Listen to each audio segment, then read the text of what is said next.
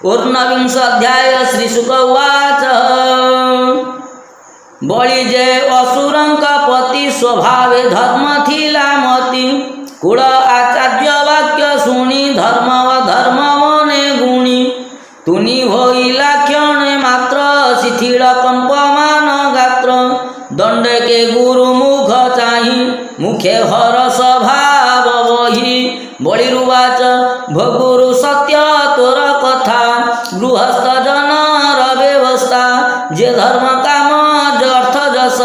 वृत्ति सहिते हुए नाश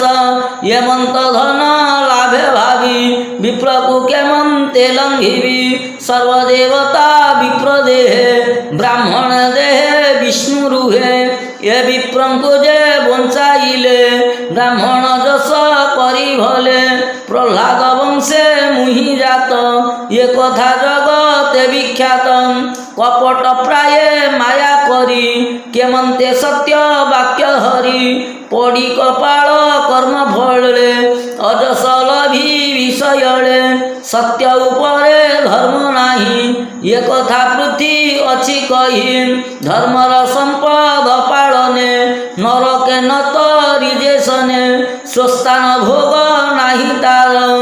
विपद लंघने जे पाप इसे भूमि छाड़ी अंत काले मुकी पाइबी अंतराले ये भूमि विप्रे वाक्य देई केमंते लंघी वही मुही प्राणी रहित साधु जन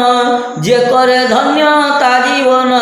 मरीचि आदि ऋषि जेते पूर्वे साधव समस्ते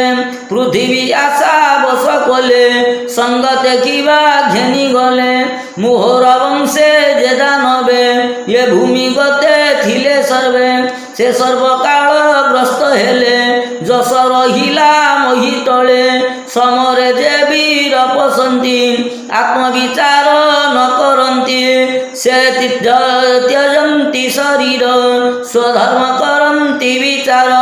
ए सत्य धर्म दुई करी तुम्भ वचन मने धरी ये मोर शरीर नथिब यथाकु साक्षी सदाशिव मुझे धरणी देवी दान यतिकु साक्षी भगवान वेद विधान जे जानती आत्मा को सर्वभूते चिंती आउ अनेक यज्ञ मते पूजी जार चरण भावे मजी जे हृदय